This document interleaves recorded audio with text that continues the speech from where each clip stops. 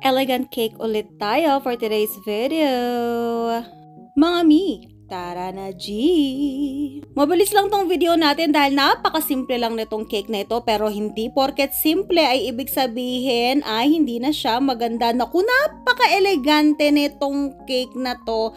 Actually, sa totoo lang, para sa akin, mas simple, mas maganda. Ako lang ba? Amazing! Itong cake na ito ay kasabay nung isa pang elegant cake natin na na-post na natin nung isang araw. At ito naman ay para sa nag-iisang daughter ng ating friend na nakabase nga sa UK. Ang ganda-ganda nga kasi talaga nila mamili ng mga cake designs, kaya nabibigyan tayo ng opportunity na makagawa ng mga ganito. Ayan nga, ganyan lang siya kasimple. Sa top tier natin ay color white lang siya.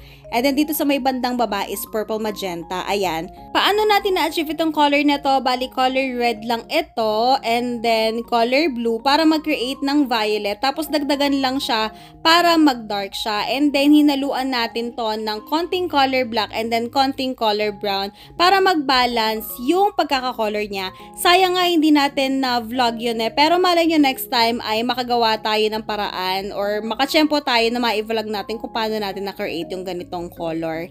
Tapos dito naman sa baba, ayan, and then sa board natin kung makikita ninyo, meron tayong diamond lace na silver na pinaikot. Ayan, mura lang yan sa Blue App tsaka sa Orange App. Mag-order na kayo ng maraming ganyan dahil pang shala rin yan. Tapos ito yung pinaka main topper natin ay fondant na ribbon na nilagyan din natin ng diamond lace. Diba ang ganda niyan tingnan, no? Tapos parang fondant din yung cake natin pero mga mi, soft icing lang yan. O diba, bunggahan?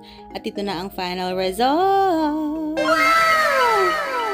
O diba, ang shala ng cake natin, napakasarap tingnan sa mga mata. And that's it for today. See you on our next video. Bye!